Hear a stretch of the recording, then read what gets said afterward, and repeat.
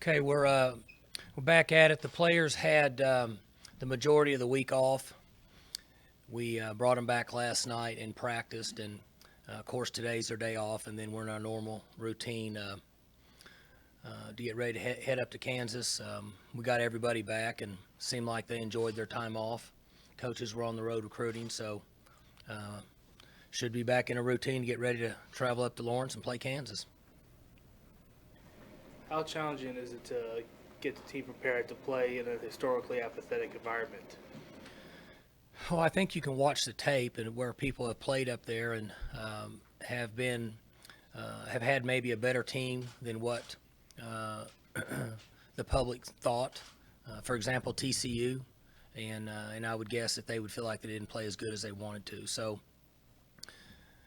the other area that helps us is if you watch the games across the country, you see teams that people think are much better than the others, and at the end of the game, it's either a close score or they didn't win. And so we try to use those as examples.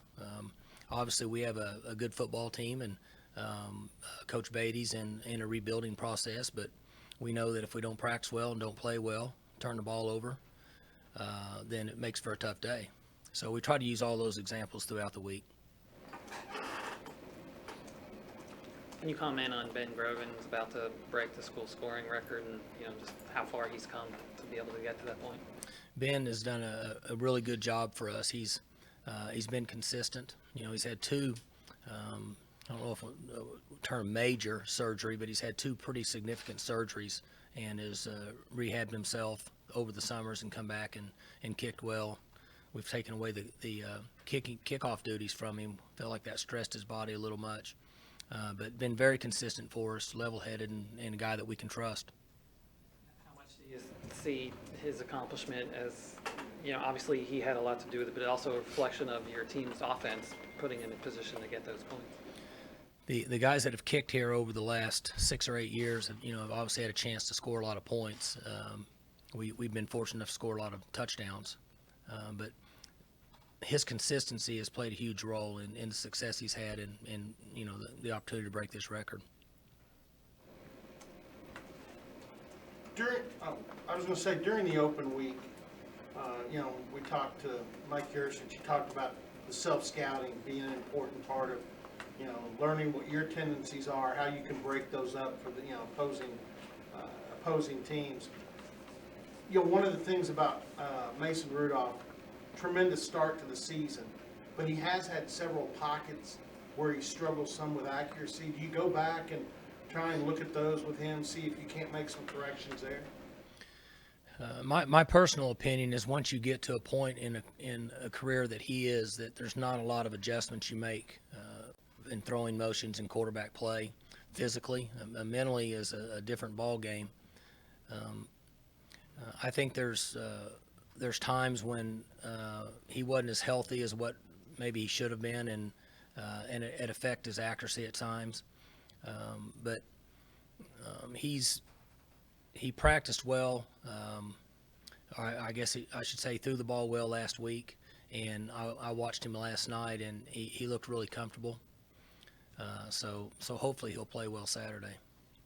Is more of that mental or physical? I think it's different with each player. There are times when quarterbacks can be a little confused mentally, what's going on, and it affects their throwing. I think more of the physical side for him.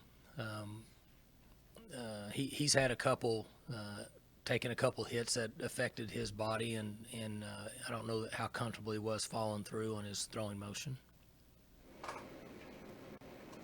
Coach, I didn't see Chris Carson on the depth chart. What's his status right now? He's with us. He'll be practicing next week.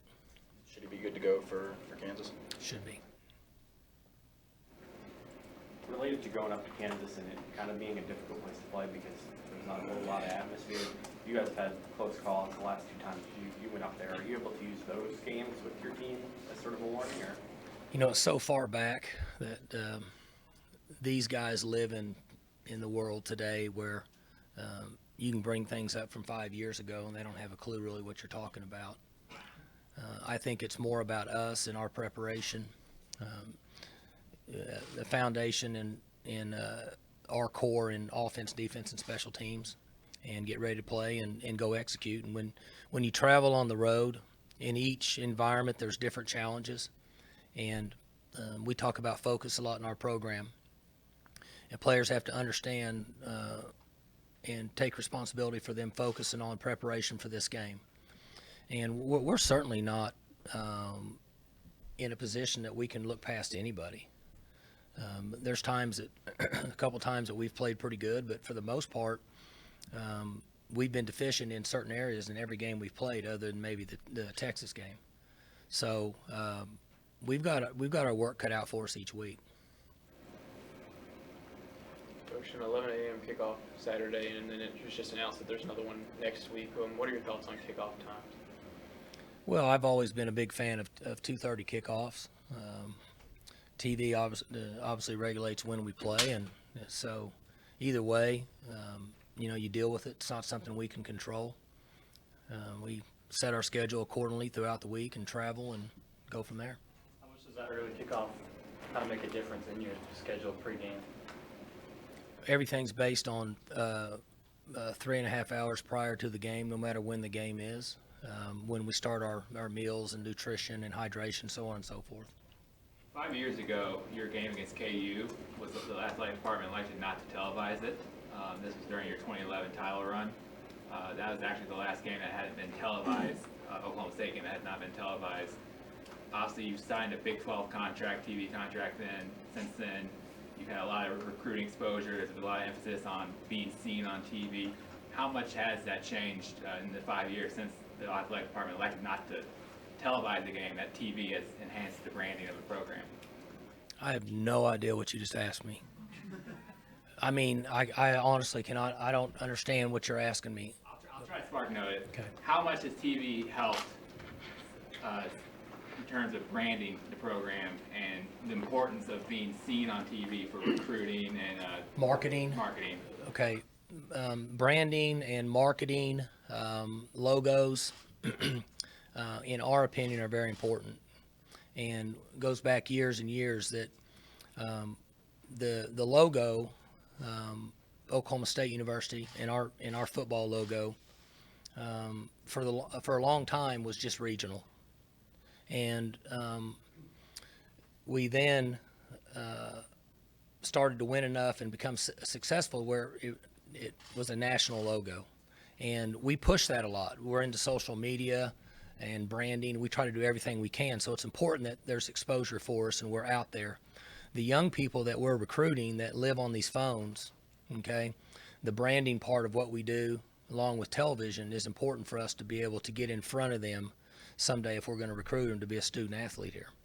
Have you had challenges keeping up? I mean, when you first started becoming the head coach, iPhone didn't exist. I mean, it would be common 4 or 5 games a year wouldn't be on TV. How have you been able to keep up with the technology changes throughout the decade or so you've been here?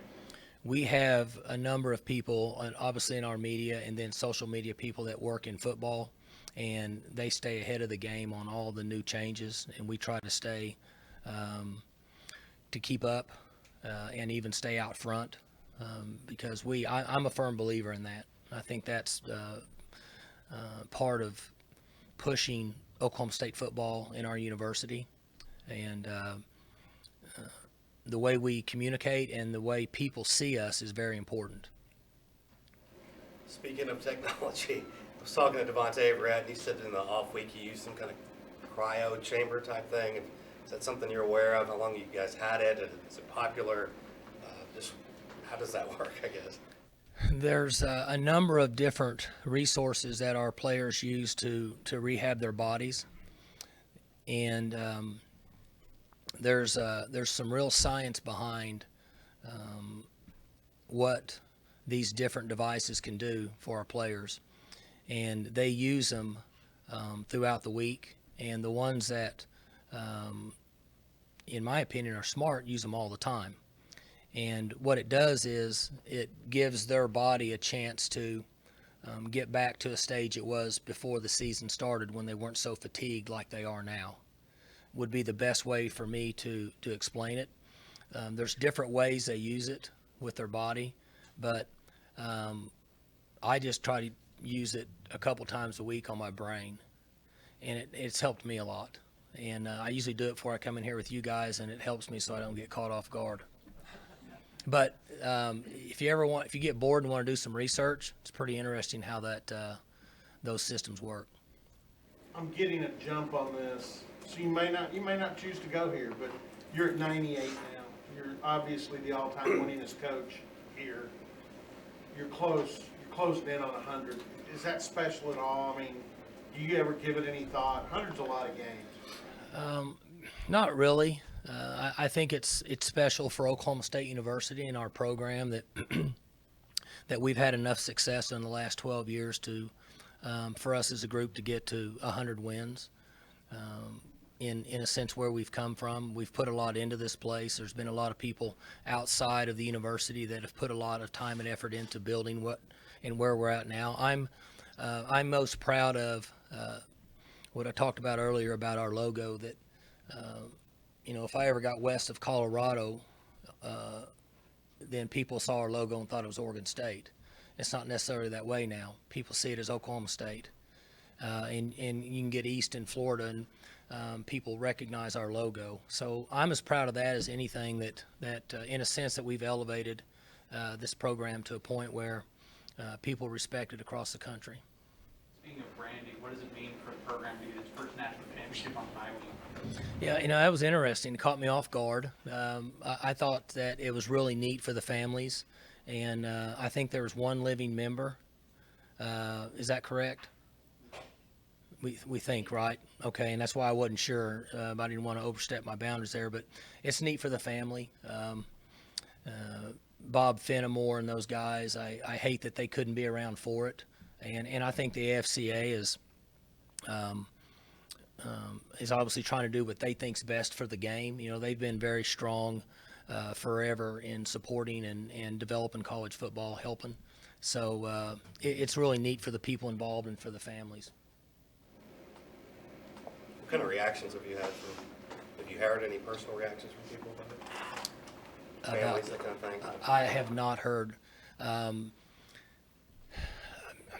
media people would have to get more involved. I'm guessing it would have to be from children and grandchildren more so than anybody. That would, at some point, I would think that we may want to try to get those people together, make some sort of a presentation to them for their grandfathers or fathers that were involved with the 45 team.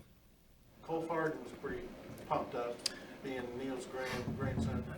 Somebody had told me that you had him on the radio and that there was a nice interview with him. Cole's a very intelligent young man, and I say that he's old now, probably he's probably 30.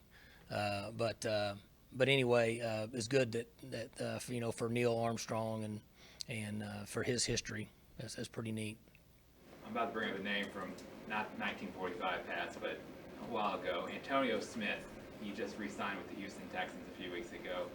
He won a Super Bowl last February. He's been in the league so long. You were offensive coordinator when he left for the NFL. Do you have any memories of him? Obviously, he was on the defensive side, but do you interact with him any currently or throughout the last couple of years, or do you have any memories of him from your time? He was originally from the city area and then went to NEO and was not highly recruited out of either place. And then came here. In his first 6 months here, we understood why he was not very highly recruited, because he wasn't tuned into football and didn't necessarily understand the commitment and what it takes to play. And then a light came on for him. He committed himself. Football was important. School was important. Taking care of his body was important. Got in the weight room, his attitude, and he played hard. And then now you're looking at, 12-plus years in the league? For his position is pretty remarkable. So he's been great. It's been fun to watch him and happy for him and all that he's done for himself and his family.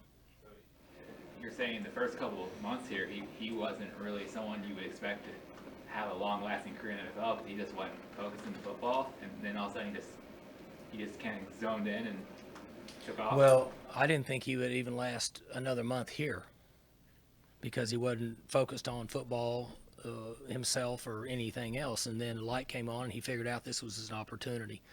That's fairly common for guys that we get here.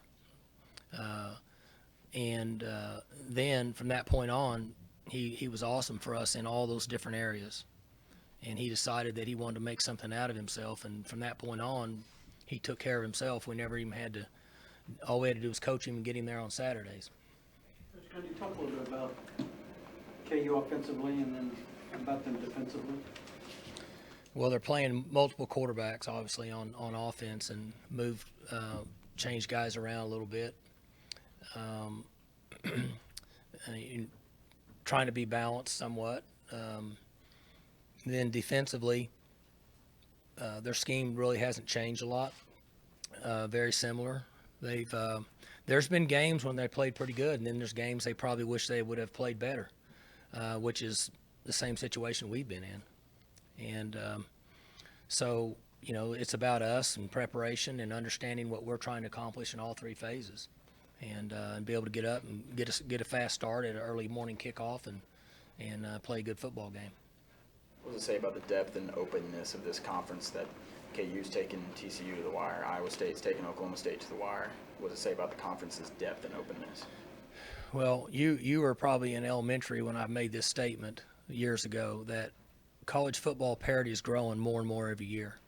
And I'm not so sure that a lot of people that sit where you are right now believe that or bought into it, but I've said it every year.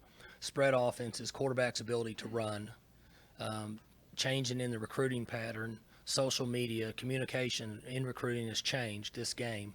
And week to week, you're going to see more close games than what people would ever expect. And you're going to see teams that are in these Power 5 conferences where you could predict a team traditionally going 9-3, 10-2 or so. You're not going to see as many of those teams. You're going to see more teams that are going to float in the 7 and 8 victory category because of the parity that's out there. And so focus and preparation is different now than it ever has been. And the players that we coach come in, and they're not like guys that we coached 10 years ago and 15 years ago and 20 years ago, because your generation spends all their time looking at their phones. My generation spent all our time in the front yard playing games. And so they were more ready to go into college athletics. They understood all the dynamics of it compared to young people nowadays. They don't spend as much time around football. They spend more time playing some game on a phone. And because of all that and the training that takes place, there's more parity in college football. I know that seems a little extreme, but I've talked to several college coaches in different sports, not just football, baseball and basketball. And over the last 4 or 5 years, we're coaching young men that are talented athletically but don't have some of the natural football, basketball, or baseball skills because they don't watch it and pay enough attention to it, and they don't play it in the front yard than there ever has been in the past. And that's a pretty good example of why there's more parity in college football. Coach Gundy, let me take you back to KU for just a minute. 2 quarterback system, I'm sure that you really pay a lot of attention to tendencies when one quarterback's in or the other one is in. How much do you rely on that, and is that something that, can be can become a problem if they switch on you? Some. Like any team, you're going to have a hit chart of plays, formations, styles, sets, alignments based on that player coming in the game. And just like when we were using JW and Mason, there is a side of it to where you have to prepare for maybe 2 styles. And then there's also a side that for the teams doing it that can work against you in the preparation that you have for each different quarterback. And so for us, we need to be good in base defense, understand what our schemes that we want to execute versus the formations and the sets that they line up in, more so than necessarily who's at the quarterback position. I don't have a clue who's going to play. I don't know if they made an announcement or anything. I haven't heard anything, so we kind of have to prepare for everything. Right, so. Anything else for Coach? Good. All right, thanks.